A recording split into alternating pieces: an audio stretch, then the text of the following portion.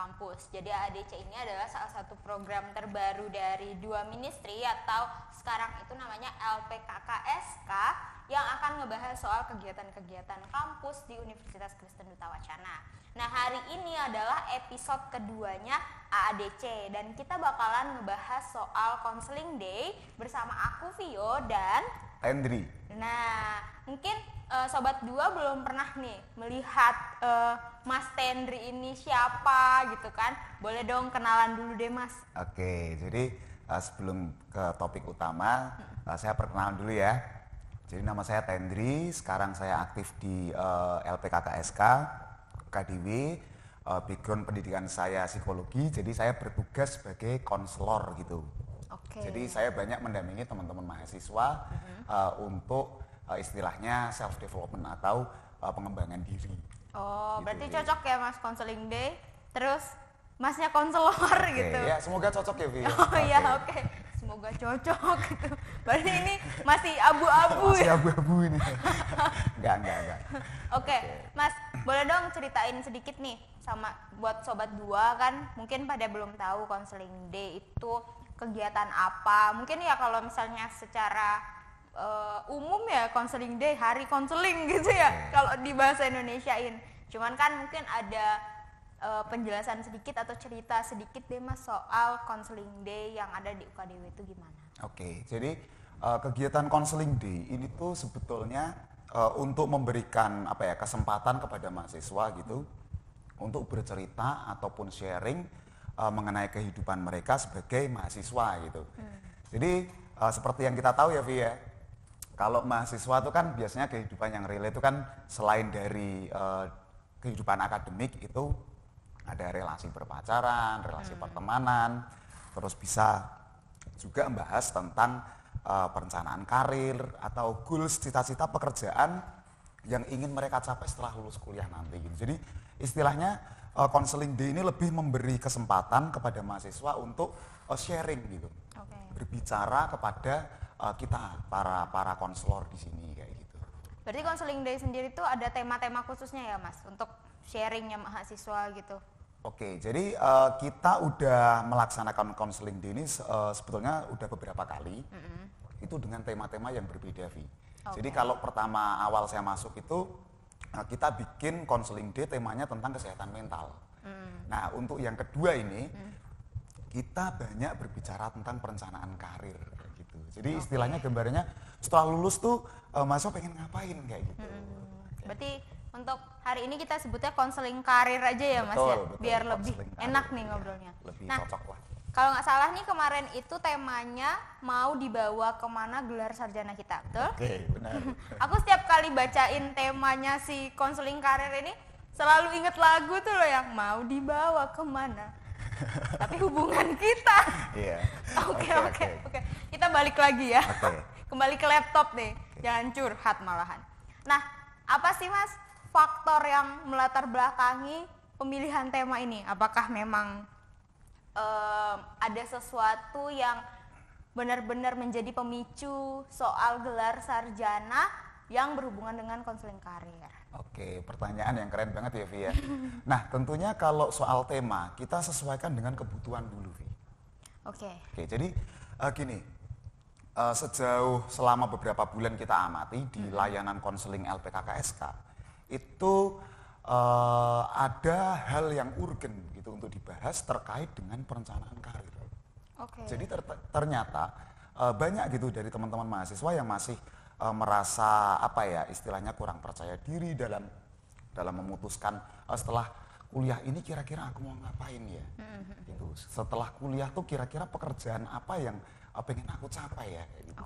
Nah, jadi aku kira itu sesuatu hal yang penting banget gitu, basic gitu ya kan, maksudnya kan setelah lulus kita harus ngerti gitu kita mau ngapain gitu. Nah, di Counseling Day ini, di perencanaan karir ini, mau dibawa kemana gelar sarjana kita tadi, teman-teman mahasiswa itu dibantu gitu untuk mempersiapkan karirnya yang akan mereka capai setelah lulus kuliah nanti ini apa gitu.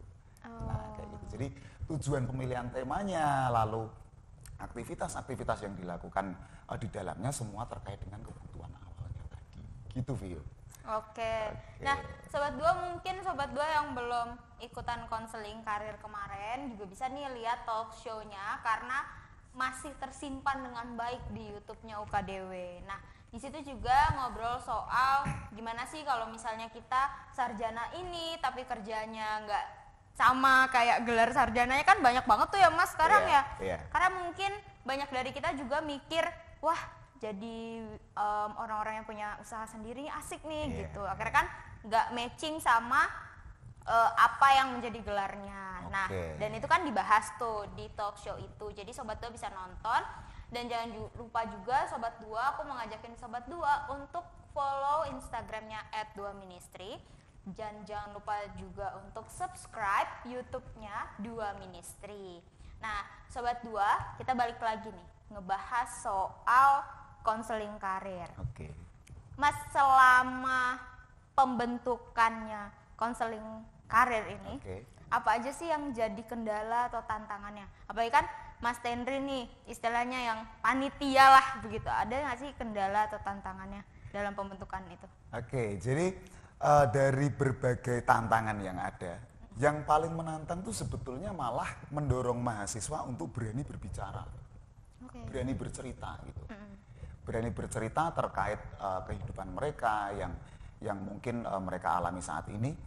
Jadi gini, sebetulnya kegiatan konseling ini masih mengandung stigma gitu. Jadi istilahnya sering dinilai orang tuh negatif gitu loh, Vi. Kita kalau semisal waktu di SMA, teman-teman yang datang ke guru BK, ya kan, itu dianggap sebagai troublemaker. Kayak gitu. Bener. Itu satu. Terus kalau kita lihat di masyarakat nih, orang mau pergi ke psikolog, mau pergi ke konselor, mau pergi ke psikiater kayak gitu. Ini mesti kaitannya sama seringkali dianggap tanda kutip, sorry to say ya, tanda kutip dianggap gila. Nah, jadi istilahnya kegiatan konseling ini sesuatu yang negatif gitu loh, Vi.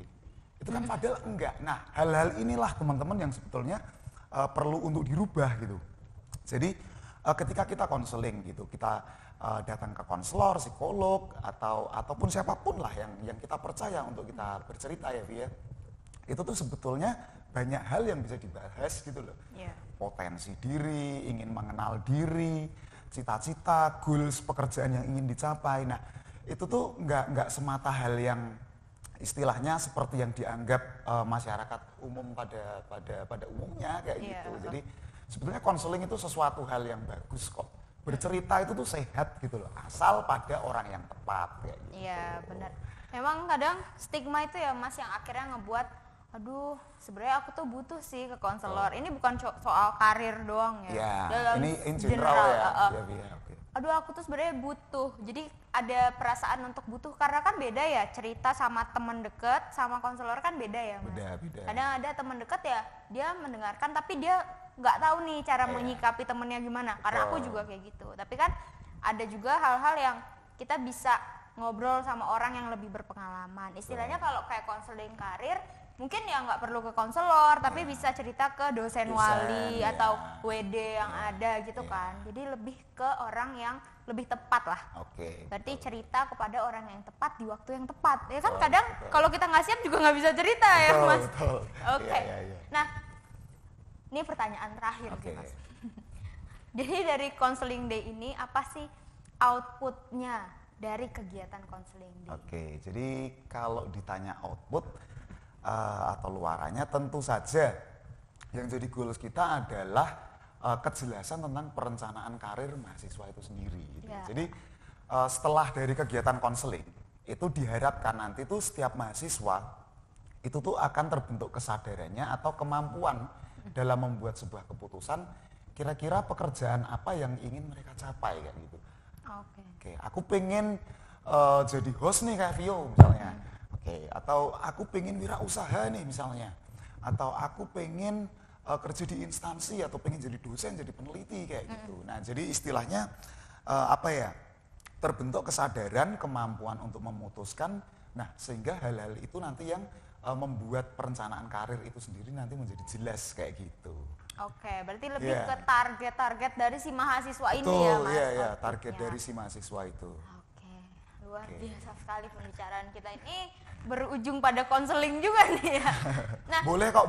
Oh iya ya, bisa ya. Bisa Mungkin kok. buat teman-teman mahasiswa yang mau konseling sama Mas Tendri gitu Sangat bisa terbuka ya. layanan. Ke LPKKSK.